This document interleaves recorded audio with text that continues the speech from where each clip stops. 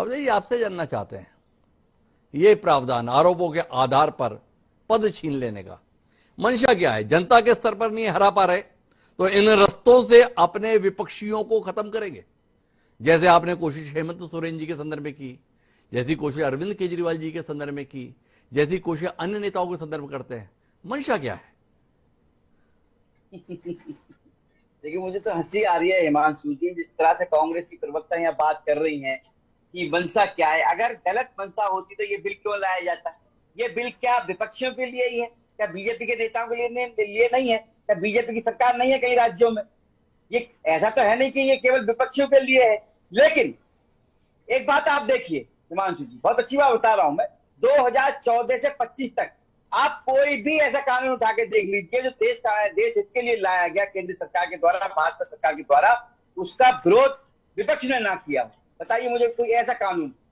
चाहे 370 की बात कर लीजिए, आप ट्रिपल तलाक की बात कर लीजिए, वक्फ बोर्ड की बात कर लीजिए, कि ना जाना ऐसे कितने ऐसे कानून है जो देश हित में लाए गए, उसका विरोध जो है कांग्रेस ने इंडिया क्यों किया गया। अच्छा, मैं तो एक बात पूछना चाह रहा हूं, जो एआईसीसी प्रवक्ता बैठी हैं आचार्य जी, एक मुझे कमी बता दीजिए जो बिल आ रहा है इसमें। अरे तो आपसे सवाल तो कर रहा हूं डॉक्टर अवधेश जी, आचार्य जी से तो बाद में बात करिएगा, पहले मेरे सवालों को उत्तर देने की कोशिश कीजिए।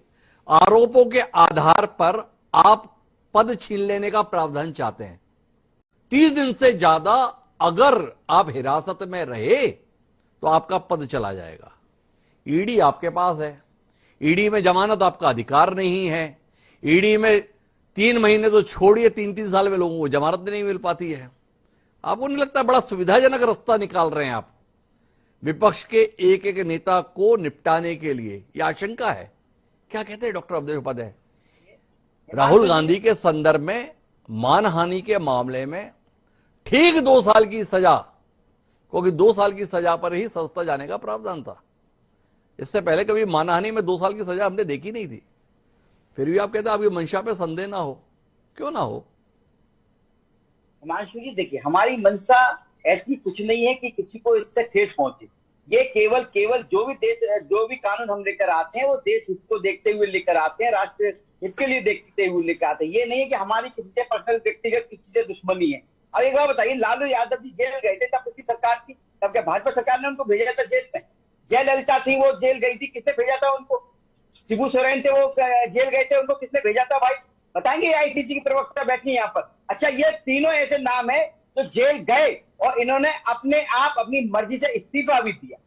बहुत से ऐसे नेता हैं जेल जाने के बाद उन्होंने इस्तीफा दिया, लेकिन एक 8वां अजूबा इस देश में है जो जेल में रहकर सरकार चला रहे थे दिल्ली में। तो कहीं ना कहीं ये संविधान के खिलाफ है। क्या एक बात बताइए, अगर देश में सरकारें जेल से चलेंगी तो अच्छी बात है क्या?